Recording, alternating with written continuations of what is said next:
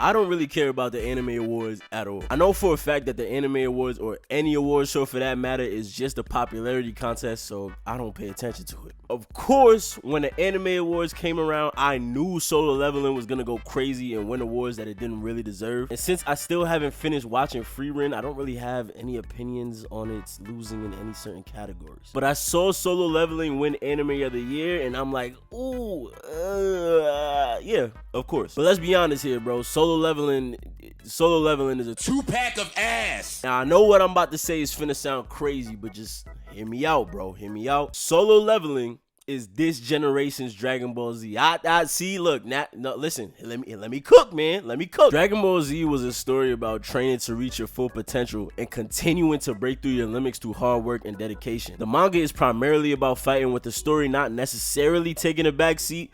But let's be honest, it's not what we're here for. We just want an action-packed manga with a simple and easy to grasp premise that inspires us to be better. But the era that this premise really appealed to are the young men who are now in their mid-20s and 30s like me. Because instant gratification was not really a thing back then, when the internet was not as big as it is today. So I say Solo Leveling is the DBZ of this generation, because Solo Leveling is the instant gratification version of Dragon Ball Z. It's supposed to give the same feeling of going from weak to strong, reaching your full potential, and pushing past your limits.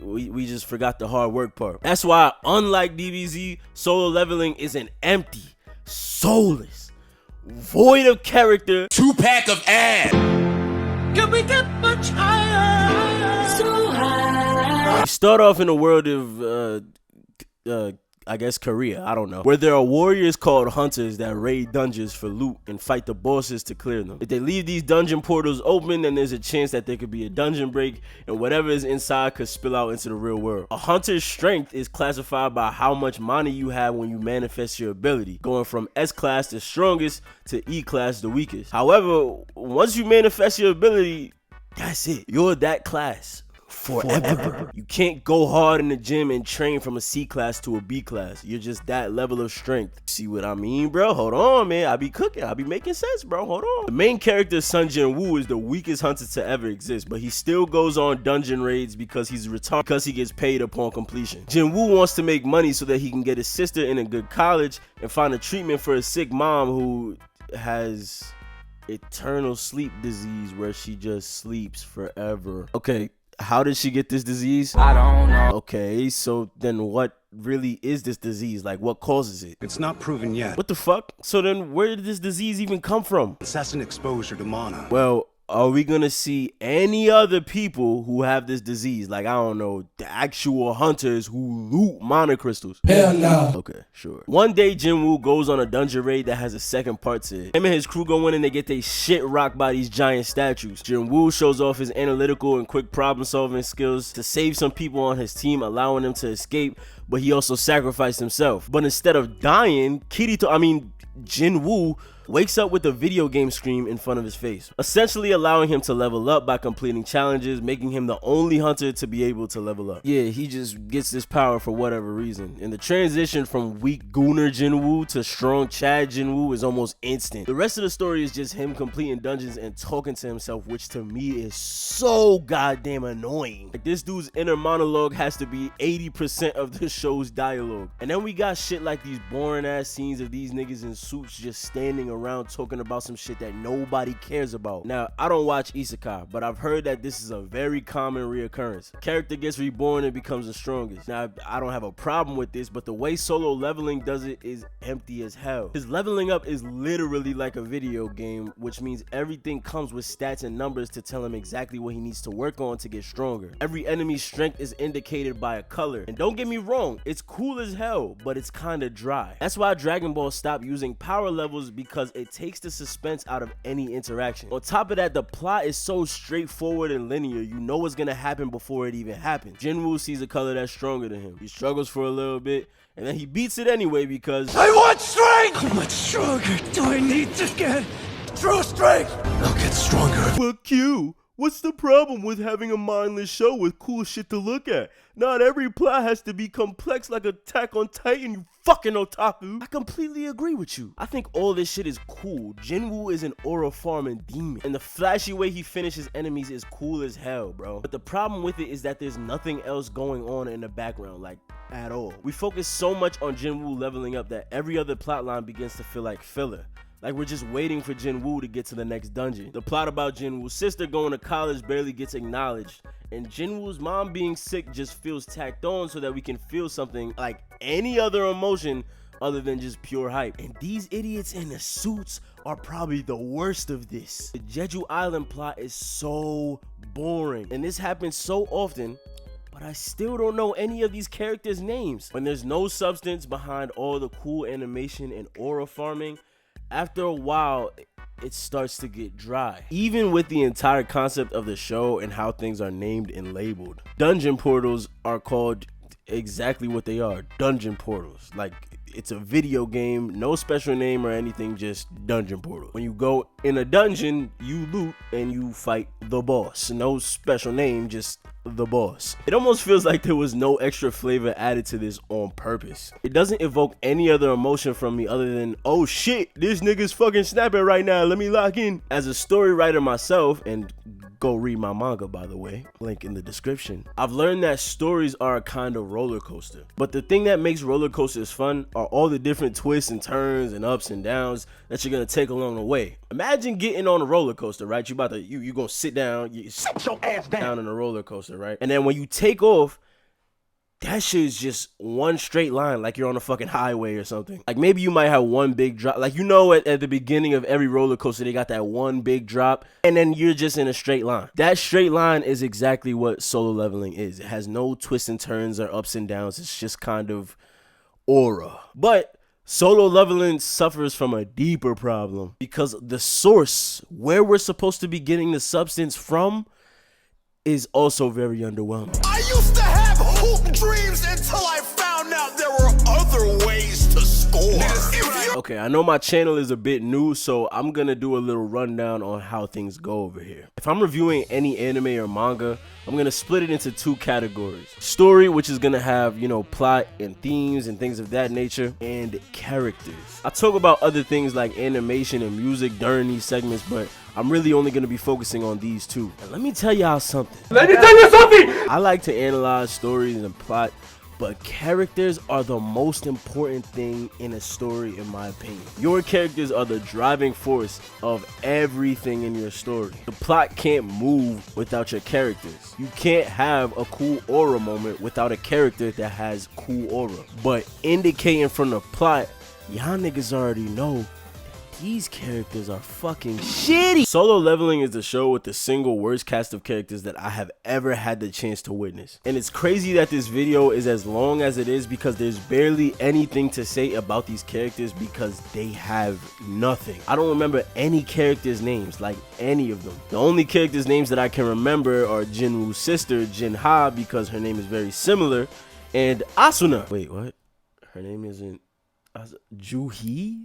Oh yeah, facts. This is not okay. All right, but it really sucks because some of these characters actually have like cool designs. Like this red-haired dickhead who has more screen time than Jinha and Juhi combined. I still can't tell you his name though. These characters were obviously added to make the world seem more alive, and that's all fine and dandy. But if you're gonna spend screen time on them, you should probably make these characters interesting. The second season of the show kind of gives them a little bit more to do, but the first season, oh my god. I hated it when I saw any other character other than Jinwoo. Especially if I saw a suit and tie, I was gonna gouge my fucking eyes out. Because in season 1, they absolutely do positively nothing. They're just standing around talking and we don't even know what they're talking about until season 2. Like I said, all of these scenes could have been added within the show just fine if they were entertaining to watch, and these characters have no personality. We have stoic red-haired guy.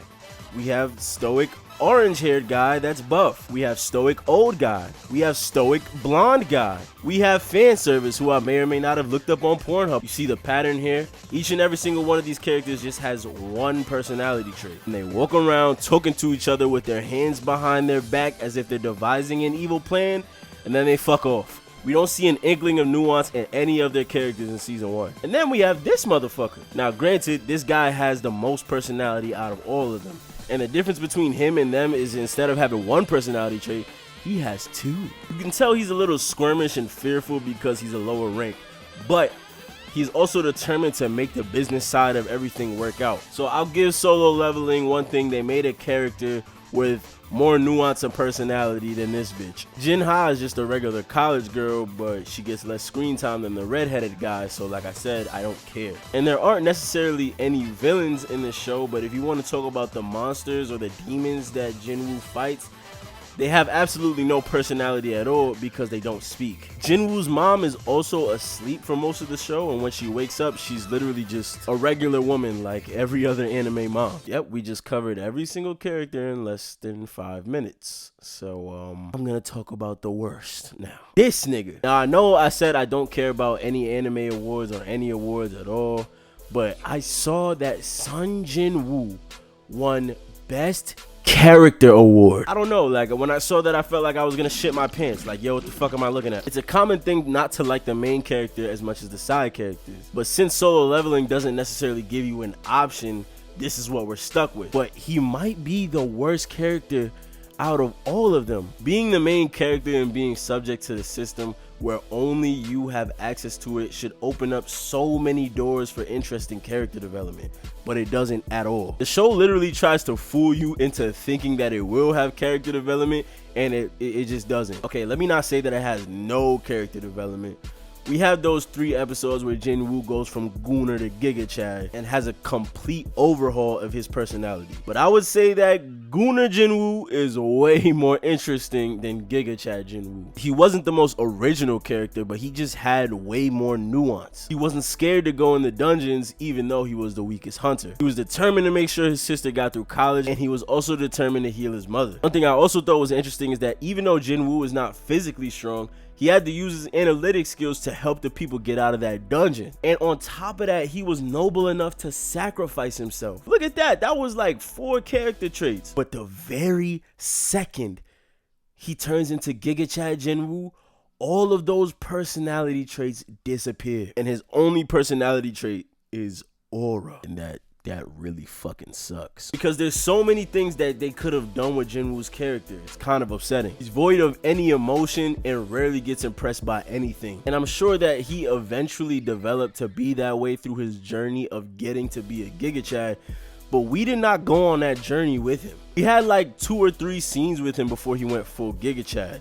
We did not grow with him to get to this point, so it feels like he kind of switched on a dime. Just because I'm big and strong now, that means I have no personality whatsoever, and all the things that made me who I was before who I am now are just gone. Obviously, since he's strong now, the fear of going into any dungeons is no longer there, which is an okay character change. Like, that's fine, but the determination that I spoke about earlier is also gone. Whenever Jinwoo speaks about reviving his mom or getting his sister through college, it doesn't really feel like he gives a shit. Like, yeah, we know he gives a shit because he literally flat out tells us, but it doesn't feel like he gives a shit. It's probably because the show is focused a lot more on the fighting and the power system than anything. That analytical skill that I said he had, instead of accompanying it with his newfound strength, it just disappears and he's just strong now. He doesn't have to use his brain to defeat an enemy in a certain way. He just kind of brute forces his way through everything and never thinks about it. And that's crazy because, like I said, most of the show's dialogue is his inner monologue. What the fuck do he be talking about? In fact, once he becomes a Giga Chad, the most important thing to him is getting stronger. When he's in a tight battle with an enemy, he doesn't use the excuse of, oh, my mom is about to die and I have to save her. No, his real motivation is getting stronger, and I can't lose. There's a moment in the anime where he goes inside of a dungeon and the crew that he goes in the dungeon with tries to kill him. The system notifies Jinwoo to kill every single person that's trying to kill him. Now, this is the first time that Jinwoo has to actually kill a human being. So he kills them, and then that's pretty much it. You don't really hear too much about it ever again, not from Jinwoo, not from anybody. He says like he feels like his humanity is slipping away and he doesn't really care about certain things anymore. And I thought that this was gonna be the line of character development that they were gonna go down, where things become more mundane until nothing really matters anymore. But nope, that plot line goes completely nowhere. Because after this moment, he does so many other things that show his humanity. It was like, what was even the point in adding this line of dialogue? It's a heartfelt conversation with this guy and says that they're brothers now. It doesn't seem like he lost his humanity to me. When he finally revives his mom, he starts bawling his eyes out to the point where he can barely even speak. It doesn't seem like you lost your humanity to me. And on top of that, it's like, all right, y'all, if y'all are not gonna go through with that plot line, then why not just go through with him being a regular human like everybody else and reacting to the fact that he just, I don't know, brutally murdered a couple people? But nope, he's like, light work, no reaction, and goes about the rest of his day. Now, I say that this is worse than the other characters because it's kind of like a slap in the face. For one thing, I hate untapped potential. And there's so many things that you could have done that you baited us with and still didn't give it to us. But I know exactly what it is.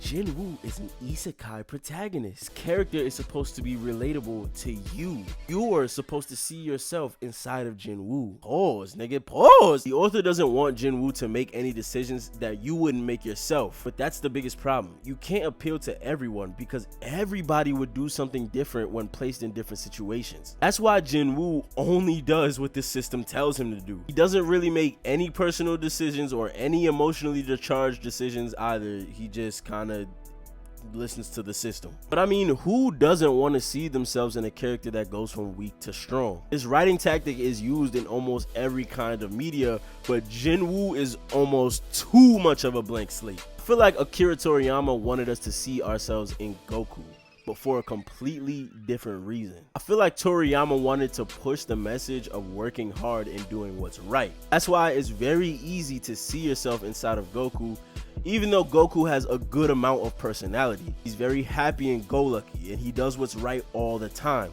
He just wants to get stronger and fight the strongest and do better than he did the last time. These are traits that I believe are in every single human, and that's why Goku works as a character that you can see yourself as. But Sung Jinwoo doesn't have any of that at all.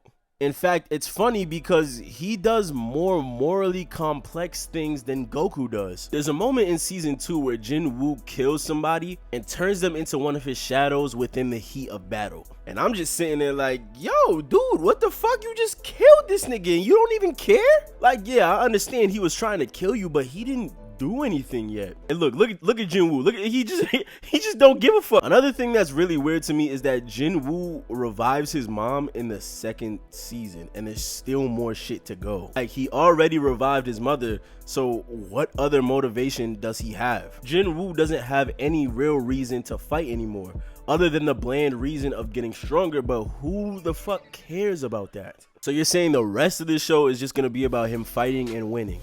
That's boring. Let's talk about the system real quick. Honestly, I feel like the system doubles as a character. It goes so deep into it that it tells him how smart he is, how strong he is, and when he can and cannot fight. This nigga has a stamina meter. It's crazy that he can run 10 miles and his stamina meter will be just fine, but he fights a spider for like 2 seconds and his stamina meter drops to the bottom. Like I said earlier, it sucks the suspense and the tension out of everything. Instead of Jinwoo actually being physically tired, you just show us the stamina bar being low and Jinwoo saying, oh yeah, my stamina is low, that means I'm tired. Remember what I was talking about, his analytic skills? Yeah, well, that is replaced by a number 2. He has a skill called intellect. Like, you need to upgrade a skill so that you can find out more about an enemy instead of just fighting the enemy and learning about them that way. And don't get me wrong, it's cool as hell, but it's kind of dry.